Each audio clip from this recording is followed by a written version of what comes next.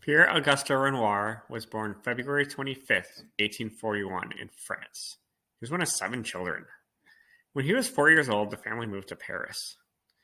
As a boy, he sang in the church choir and he had a beautiful singing voice. In fact, his teacher thought that he should become an opera singer. But all Renoir wanted to do is just draw all day.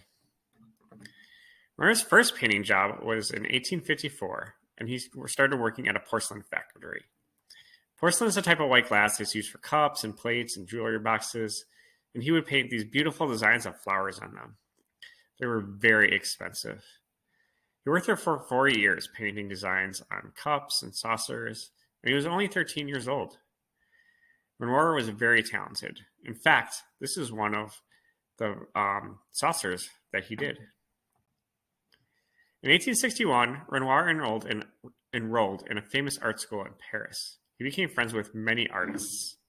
They liked to paint scenes from the outdoors.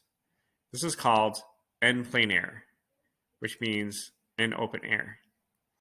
They did not have a lot of money, so they helped each other out with food and painting supplies, and they actually spent most of their money on painting on paints and brushes. They were called the starving artists. This is some of the friends that were called the Impressionists that would work together. Renoir painted in the style called Impressionism, which is marked by short brushstrokes and bright colors. He was a little bit different from the other Impressionists because he liked to paint subjects and of people rather than outside objects. As you can see, here's a couple of girls at a piano. And here is his wife and daughter outside in front of a garden. As he became older, it was difficult to paint with his old hands. It was hard for him to hold the paintbrush, and he often had to tie the paintbrush to his hand. He called this painting on his thumb. But he never wanted to stop painting, even when he couldn't paint, and he found very creative ways to create masterpieces until he died. This painting here is titled Umbrellas. Sometimes when we look at a painting, we want to ask ourselves what is going on in the painting.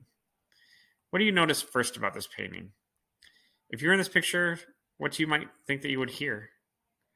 What is the weather like outside? Do you have any clues from the painting what it would be like? What's the main color that you see? Let's look closer at the umbrellas.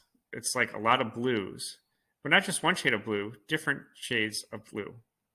When we have lighter and darker versions of a color, as artists, we call this tints and shades. For this week's projects, we're going to learn about how to use paint to create tints for lighter colors, like sky blue or pink, and shades for darker colors, like navy blue or forest green. Here are some examples of some finished artwork that yours might look like when you're done. By adding white, gray, or black to a pure color, such as blue, you can create a tint, or a lighter color, a tone, which is just a different color, or a shade, which is a darker color of that pure color. And we're going to practice this and make a cool umbrella painting. Good luck!